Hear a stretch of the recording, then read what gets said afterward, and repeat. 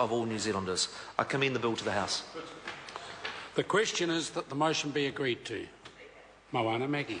Thank you, Mr Speaker. Well, they sent the Honourable Dr Nick Smith down to do the spin. Do the spin because the incompetent Minister, Simon Bridges, who passed the original bill into law a mere 4 weeks ago and we're already back having to fix it, is such an embarrassment to the National Party that they've sent down their once proud blue-green champion to set the spin for Simon Bridges and for the government. And Dr Nick Smith should hang his head in shame because he's been shown as the charlatan that he is. Blue-green, what a joke. This bill is absolutely appalling for the environment. Dr Nick Smith said this sends a message to industry that this is a, quote, supportive regime. Well, that's the understatement of the year. It is more than supportive, it's a developer's charter.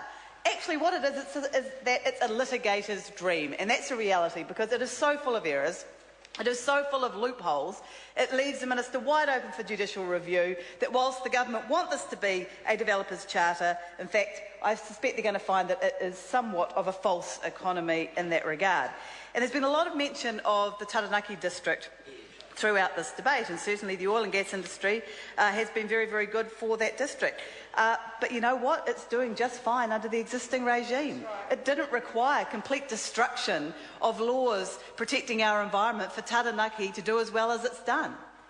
So why do we require this legislation and previous legislation completely undermining the protection of our environment unless we want to start carrying out activities that previously wouldn't have been allowed because they are too risky, they are too dangerous, and they do provide too much of a risk to the environment? That's why we're doing it. It's because the government has no plan B. This is it. This pokies and asset sales. That's it. So if this doesn't deliver the benefits promised, then the government is kind of screwed.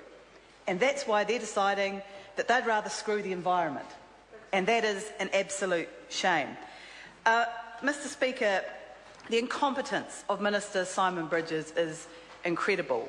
Not only are we back having to pass an amendment bill weeks after we passed the original amendment bill, before that bill's even come into force, he sat there in the chair during the committee stage like a dried arrangement and didn't take a single call to answer very, very serious questions that the opposition were putting to him. I don't know whether he doesn't know the answers, whether he's just too arrogant to think that he should have to give the answers on his $250,000 salary, or whether actually he has no answer. And I suspect it's the last, that actually he has no adequate answers for the questions that we were putting, because this is a seriously flawed piece of legislation. What this bill does is it extends the protest ban that was introduced by amendment late in the piece, didn't go to a select committee in the original amendment bill, to ban protesting against deep-sea oil drilling in our exclusive economic zone. And the Minister said at the time, it's about safety. And I asked one very, and maybe the Honourable Dr Nick Smith can answer this. If it's about safety, then why is every vessel that engages in dangerous and reckless behaviour not covered by it? Why is it only protest vessels, and only protest vessels that are protesting against deep-sea oil drilling? Dr Smith? Yeah, exactly. Exactly. Because if that's what it was about, we could be here in urgency passing a bill that extends the Maritime Transport Act and the Crimes Act, which cover dangerous and reckless behaviour by vessels in our territorial waters, into the exclusive economic zone. Why did we not do that? That would have covered everyone. That meant that no matter who you are, no matter what reason you're doing it for, if you behave in a dangerous way that puts lives at risk, you will be held accountable, Mr Speaker. Well, under this government's law, they're not. In the exclusive economic zone, you can threaten people's lives and it's legal. An activity that would be illegal in our territorial waters is legal in our exclusive economic zone because the government only cares about dangerous and reckless behaviour if it's opposing deep-sea oil drilling. How completely repugnant is that? Why are we not passing a law that covers everyone? And I would like one National Party member to actually answer that question. Because this is nothing more than an anti-democratic, draconian piece of legislation that we should all be ashamed of. And what it does in this amendment bill is it extends that ban out into the continental shelf, into the waters above the continental shelf, and for the first time, right up to the beaches. So protest activity is banned from the beaches out into the high seas. And the problem that we have, and the second question I would like an answer to, and maybe the Honourable Dr Nick Smith can answer this one, is that the Ministry of Foreign Affairs tells us, and the United Nations Convention on the Continental Shelf tells us, that we don't have the right to pass legislation in the water column above the continental shelf. We have the right to exploit minerals in the continental shelf. We can drill into it, we can tunnel into it.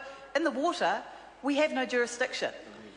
And the example Foreign Affairs gives is shipping activity. They say New Zealand has no right to pass laws regulating shipping activity in the water above the continental shelf. So here's my question. How is it then that we have the right to regulate shipping activity that's protesting in the waters above the continental shelf? We don't. It's humiliating that the government is sitting here passing law that we have no right to pass. You might as well pass a law on Mars, because we don't have jurisdiction there either. So here we are, putting the government at risk, because if in the high seas they decide that under this law that they're passing that we actually have no right to pass, that they're going to take criminal action against a vessel that's operating out there, and that vessel then turns around and challenges that because New Zealand has no right to pass those laws. Those laws have no legal enforcement. Then we leave taxpayers open, and actually it's just really bloody embarrassing, quite frankly, that the government can't even work that out. And this is why it should have gone to a select committee, because we would have got questions to these answers to these very, very important questions. And my third question, to which there was no answer, is that we now currently have two criminal offence and penalty regimes operating in our territorial waters for vessels that are protesting. We have the Maritime Transport Act and the Crimes Act, which was already there and which is already in place. And now we have this new protest ban. So, Mr Brownlee, maybe you can answer this question. When the police are called out to arrest someone for dangerous activity in our territorial waters, under which regime do they operate? Do they flip a coin? Which one gets precedence? It's a very simple question, sir. Do you have an answer? No, I didn't think so. No, I didn't think so. I didn't think so. Because this is such a shambles. Mr Brownlee is very, very grumpy that he has to be here on a Saturday morning. Well, he shouldn't have put such shoddy legislation into the urgency motion then. This is just so utterly ridiculous and embarrassing that it defies belief. And I want to know, where is the Attorney-General on this? Where is Chris Finlayson? We've had no Bill of Rights vet on this legislation. We've had no regulatory impact statement. We've had no ability to scrutinise at select committee to see whether or not it's consistent with international law. Where is our Attorney-General? He is meant to be the protector of the Bill of Rights in this country, and he is derelict and absent in his duty. We even had to be subjected to the spectacle of our Attorney-General coming down in the second reading debate and giving a speech defending this legislation, insinuating, trying to give the pretence that he actually had a Bill of Rights vet. And when we actually asked him to table it, it transpired that there wasn't one. It was all just a show to try and make it look like they'd done the work they should have done when they had it.